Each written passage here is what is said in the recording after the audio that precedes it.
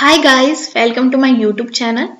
So in this video, we will discuss some operation or you can say some function, some inbuilt function that we can perform on string.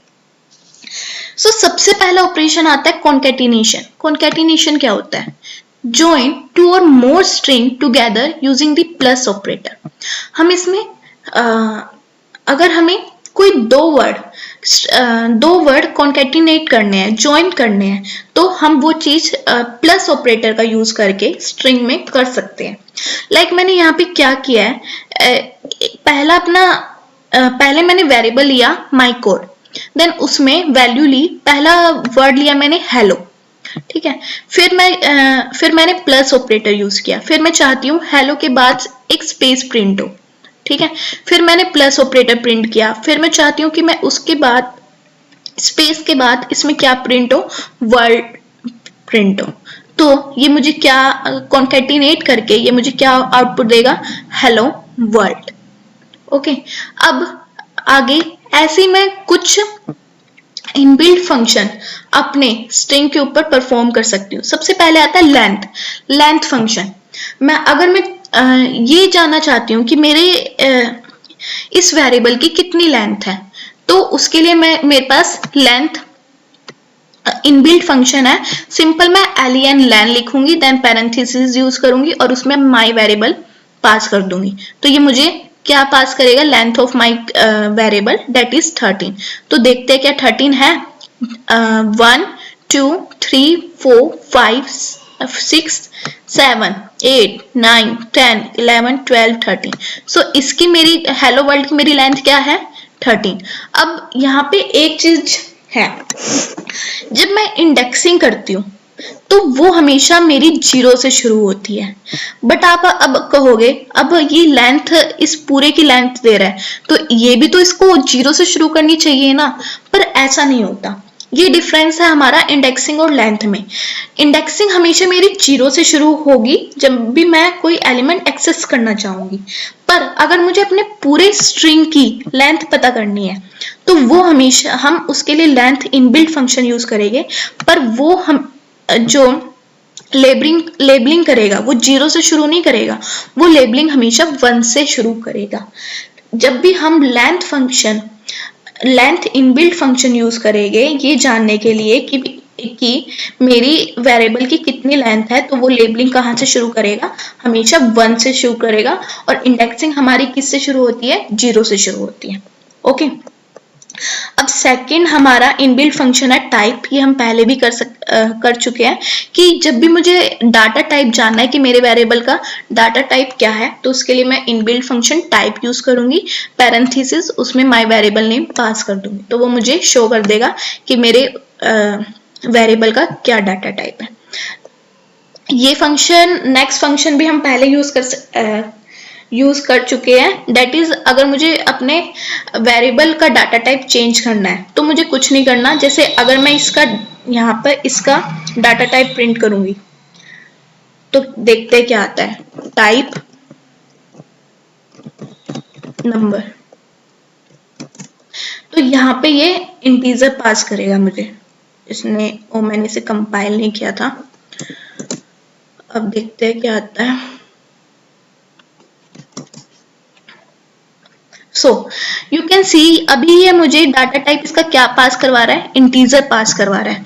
अब next line में मैंने क्या किया,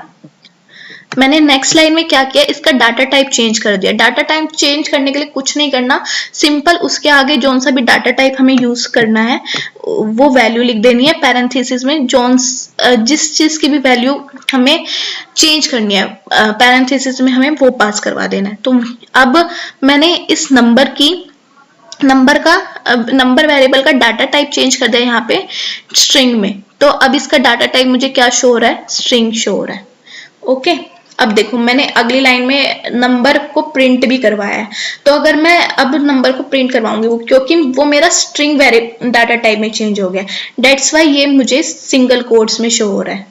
okay, जो हमारे string variable होते हैं वो हमेशा कोट्स में शो होते हैं, दैट्स वाई अब मेरा ये 1 2 3 एक स्ट्रिंग डाटा टाइप बन गया है, तो ये कोट्स में शो हो रहा है। ओके, अब आगे और फंक्शन एंड मेथड्स देखते हैं जो हम इस पे स्ट्रिंग पे परफॉर्म कर सकते हैं। नेक्स्ट मेथड आता है हमारे पास काउंट मेथड। काउंट मेथड क्या रिटर्न करता है? It count the number of string in a given string. Like मैंने यहाँ पे ये एक वेरिएबल बनाया एल्गो। ओके, अब इसमें मैंने कोई भी कैरेक्टर उठा लिया ई।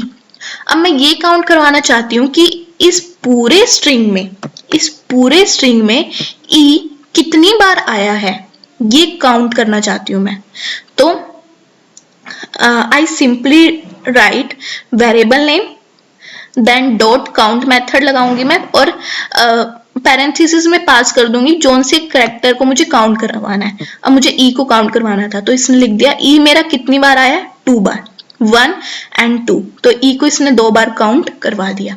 अब मैंने एन ई उठा लिया, एन ई कितनी बार आया है, एक बार यहाँ पे आया एन ई और एक बार नेटवर्क में आया एन ई। सो इसने एन ई की यहाँ पे काउंट 0 क्यों आ रही है? अब ये देखो यहाँ पे मेरे पास एन कैपिटल में है, पर मैं यहाँ पे पैरेंथेसिस में क्या पास कर रही हूँ, स्मॉल लेटर में पास कर रही हूँ। ओके, दैट्स वाई यहाँ पे हमारा काउंट 0 आया। पाइथन हमारी केस सेंसिटिव लैंग्वेज होती है। अगर मैं यहाँ पे एन पास कर देती हूँ तो अब देखो, अब ये मुझे 2 शो करेगा, देखो। सो आई थिंक आपको समझ आ गया होगा। ऐसे अगर मैं पूरा, जरूरी नहीं है कि मैं सिर्फ करेक्टर ले सकती हूँ, मैं यहाँ पे पूरा वर्ड नेटवर्क भी ले सकती हूँ। लाइक मुझे पूरा वर्ड नेटवर्क काउंट करवाना है कि नेटवर्क कितनी बार इस पूरे सेंटेंस में आया है, तो ये शो करेगा 1 बार आया। ओके, सो काउंट मेथड का क्या काम होता है कि या पूरे सेंटेंस में से एक वर्ड उठा के हम काउंट करवाना चाहते हैं कि वो कितनी बार आया, या कोई एक करेक्टर उठा के हम वो काउंट करवाना चाहते हैं कि वो कितनी बार रिपीट हुआ है।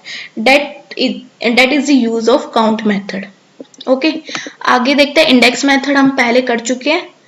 उसके बाद फॉर्मेट मेथड। फॉर्मेट मेथड कुछ नहीं है, ये सिंपली लाइक अ प्रिंट हमें करवाना है। लाइक जैसे मैंने 2 वेरिएबल ले लिए, एक ले लिया नेम, ठीक है, और एक ले ली एज, ठीक है।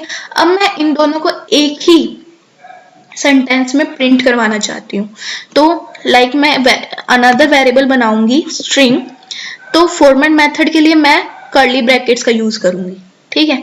अब माई नेम इज नेम, मैं यहाँ पे नेम वेरिएबल प्रिंट करवाना चाहती हूँ, उसकी जगह मैं कर्ली ब्रैकेट्स लिख दूंगी जो पहले मैंने डिफाइन कर रखा है।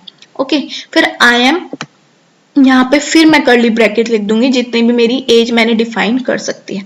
Dot format name and age, मतलब फॉर्मेट मेथड का यूज क्या है, अगर कोई वेरिएबल मैंने पहले असाइन कर रखा है, मतलब पहले बना रखा है, ठीक है, उसका मैं किसी दूसरे वेरिएबल में यूज करना चाहती हूँ, तो मैं सिंपली उस वेरिएबल का नेम लिख सकती हूँ। मुझे लाइक यहाँ पे जॉन लिखने की जरूरत नहीं है, मैं उस वेरिएबल का नेम लिख सकती हूँ यूजिंग फॉर्मेट मेथड, और कर्ली ब्रैकेट्स यूज कर सकती हूँ, तो मुझे यही शो करेगा। लाइक देखो यहाँ पे ये क्या प्रिंट कर रहा है, स्ट्रिंग 1 को मैं प्रिंट करवाऊंगी, तो इस पहले कर्ली ब्रैकेट की जगह क्या आ गया, नेम आ गया। सेकंड कर्ली ब्रैकेट्स की जगह क्या आ गया, 45 मेरी एज आ गई है। ओके, एक इसकी अलग एक सेकंड फॉर्मेशन भी होती है, इसको मैं ऐसे भी यूज कर सकती हूँ, लाइक प्रिंट, मैंने सिंपल पैरेंथेसिस यूज किए, देन एफ, फॉर्मेट का एफ लिख दिया, क्योंकि मुझे फॉर्मेट मेथड लगाना है ना यहाँ पे, इसलिए मैंने फॉर्मेट का एफ लिख दिया, देन अपना वही स्ट्रिंग फंक्शन लिखा पूरा। तो इस यहाँ पे क्या होगा, मैंने क्या किया, जो मैंने कर्ली ब्रैकेट्स, जहाँ पे मुझे वो वाला वेरिएबल चाहिए, कर्ली ब्रैकेट्स के अंदर ही उस वेरिएबल का नेम लिख दिया, ठीक है। कि जैसे यहाँ पे मैंने सेकंड मुझे एज चाहिए, तो यहाँ कर्ली ब्रैकेट एज लिख दी, तो ये मुझे ये प्रिंट करवा देगा। सो फॉर्मेट मेथड यूज करने के हमारे पास 2 तरीके हैं। फर्स्ट तो या तो मैं खाली कर्ली ब्रैकेट्स लिख दूं और लास्ट में डॉट फॉर्मेट और अपने पैरेंथेसिस में वेरिएबल नेम पास करवा दूं, या फिर मैं क्या करूं, पैरेंथेसिस में फॉर्मेट मेथड यूज करने के लिए पहले एफ लिख दूं, ठीक है। और जो कर्ली ब्रैकेट्स जहां पे भी मुझे वेरिएबल्स यूज करवाने हैं उन कर्ली ब्रैकेट्स में वेरिएबल्स का नेम डिफाइन कर दो। ओके।